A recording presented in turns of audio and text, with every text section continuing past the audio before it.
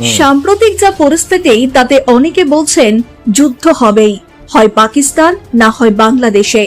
অর্থাৎ ভারতের টার্গেটে শুধুমাত্র পাকিস্তান নেই, রয়েছে বাংলাদেশও। কারণ সরকারের তরফে একটি ইঙ্গিত পাওয়া গিয়েছে। ইন্ডিয়া ওয়ারজনের তরফে একটি বিবৃতি দিয়ে জানানো হয়েছে সাম্বাতে 2 মাস ধরে রাতে কারফিউ জারি এবং বিএসএফ के সাধারণ মানুষ যাতে সাহায্য করে। अब इंडिया ने पाकिस्तान को तो अपना दुश्मन समझ ही रखा है, साथ में बांग्लादेश को भी बड़ी धमकी दे दी है।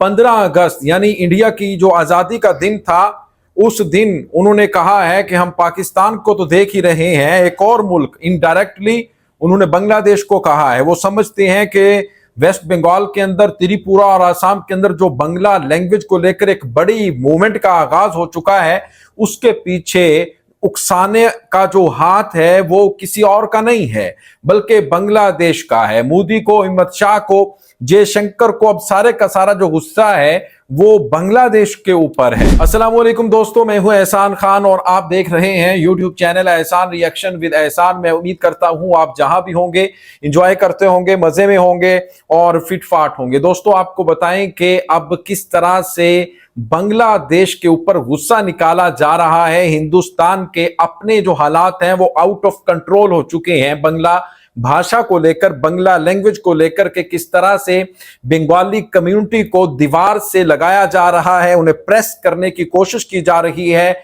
लेकिन अब बहुत बड़ी जो तादाद है वेस्ट बंगाल की, वो इसके ऊपर सड़कों पर निकल आई है, दिल्ली के खिलाफ, मुंबई के खिलाफ, मोदी के खिलाफ।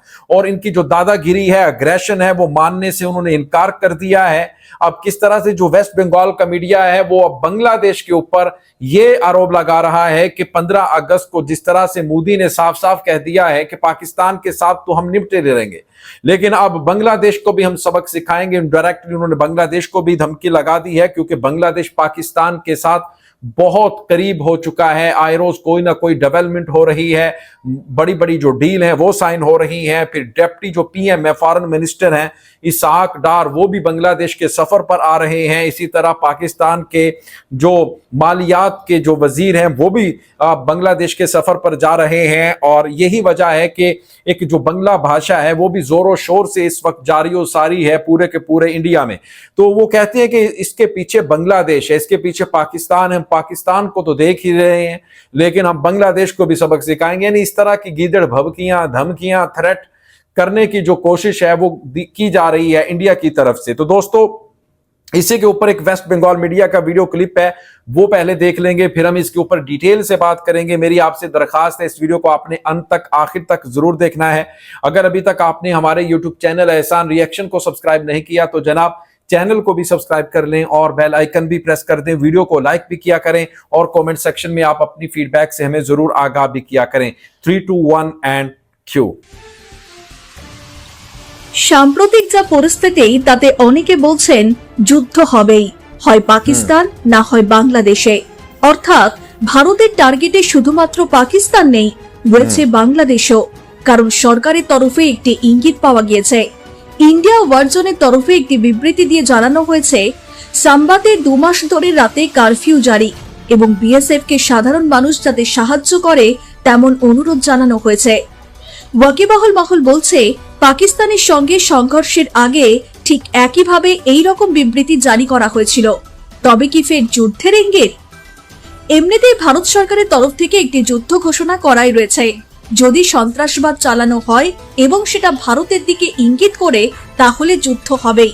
কাউকে কিছু না জানিয়েই যুদ্ধ করবে ভারত। এদিকে আসিম মনির বলেছিলেন, আমরা একটি পরমাণু শক্তিধর দেশ, যদি আমাদের দেশ ডোবে তবে পৃথিবীর অর্ধেক নিয়ে ডুববো। শুধু তাই নয়, সিন্ধু চুক্তি নিয়ে ভারতকে যুদ্ধের হুমকি বিলাওয়ালের। তিনি বলেন, ভারত যদি সিন্ধু নদীর পানি চুক্তি অব্যাহতভাবে বন্ধ রাখে তাহলে যুদ্ধে যাওয়া ছাড়া পাকিস্তানের সামনে আর কোনো বিকল্প থাকবে না। এমনটাই হুঁশিয়ারি দিয়েছেন পাকিস্তানের পররাষ্ট্রমন্ত্রী ও পাকিস্তানের পিপলস পার্টির চেয়ারম্যান বিলাওয়াল ভুট্টো জারদারি। এখানে রাজনৈতিক বিশেষজ্ঞরা বলছেন, সিন্ধু জল চুক্তি তো বন্ধ রয়েছে, তাহলে কেন কিছু করতে পারছে না পাকিস্তান? আসলে পাকিস্তানের উপর একাধিক ব্যবস্থা নিয়েছে ভারত সরকার। আদতে কিছু করতে হাসিনা, ইউনুস নাকি ওয়াকার, বৃহত্তর বাংলাদেশের সব খবর দেখতে নজর রাখুন নিউজ বর্তমানে। রূপ দেখেছে ভারতীয় সেনা, তাতে আর কিছু করতে পারবে না পাকিস্তান, এমনটাই মনে করছে রাজনৈতিক বিশেষজ্ঞরা। অন্যদিকে পাকিস্তানি সেনাবাহিনীর মুখপাত্র সম্প্রতি বলেছিলেন, পাকিস্তান চুপ করে বসে থাকবে না, ভারতের উত্তর পূর্ব দিক থেকে আক্রমণ করবে তারা। অর্থাৎ তারা বাংলাদেশের দিকে ইঙ্গিত করছে, সেটা স্পষ্ট। অর্থাৎ বাংলাদেশের ভূখণ্ডকে ব্যবহার করে তারা আক্রমণ করবে ভারতকে, এমনটাই পরিকল্পনা করছে। কিন্তু ভারত একদম তৈরি। অপারেশন সিন্দুর তো বন্ধ হয়নি, সেটা আগেই জানানো হয়েছিল ভারত সরকারের তরফে। এবার ভারত শুধু পাকিস্তানের দিকে নয়, কেউ কেউ বলছেন ভারতের পূর্ব সীমান্তেও আক্রমণ করতে পারে ভারতের সেনাবাহিনী।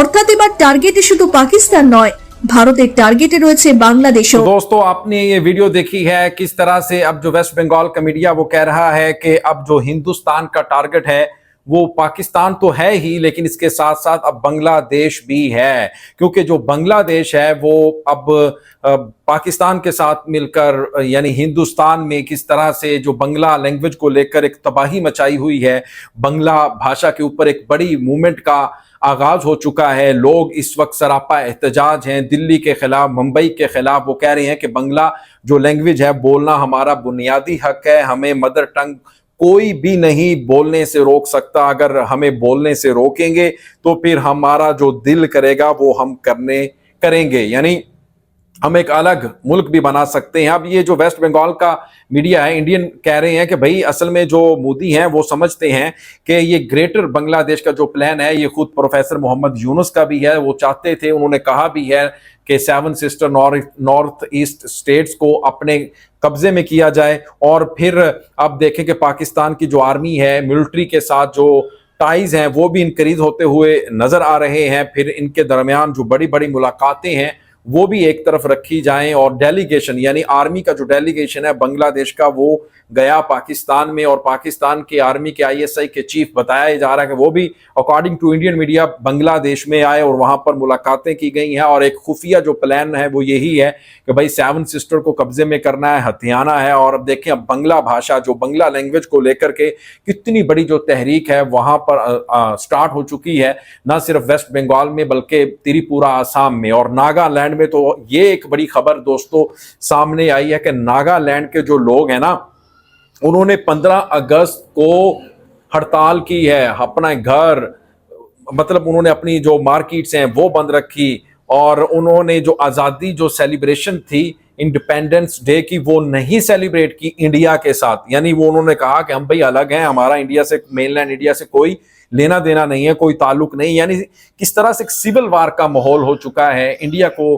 मैं समझता हूं कि बहुत ज्यादा मुंह की खाना पड़ रही है। दोस्तों आपका क्या कहना है इस वीडियो के बारे में बताइएगा कमेंट सेक्शन में।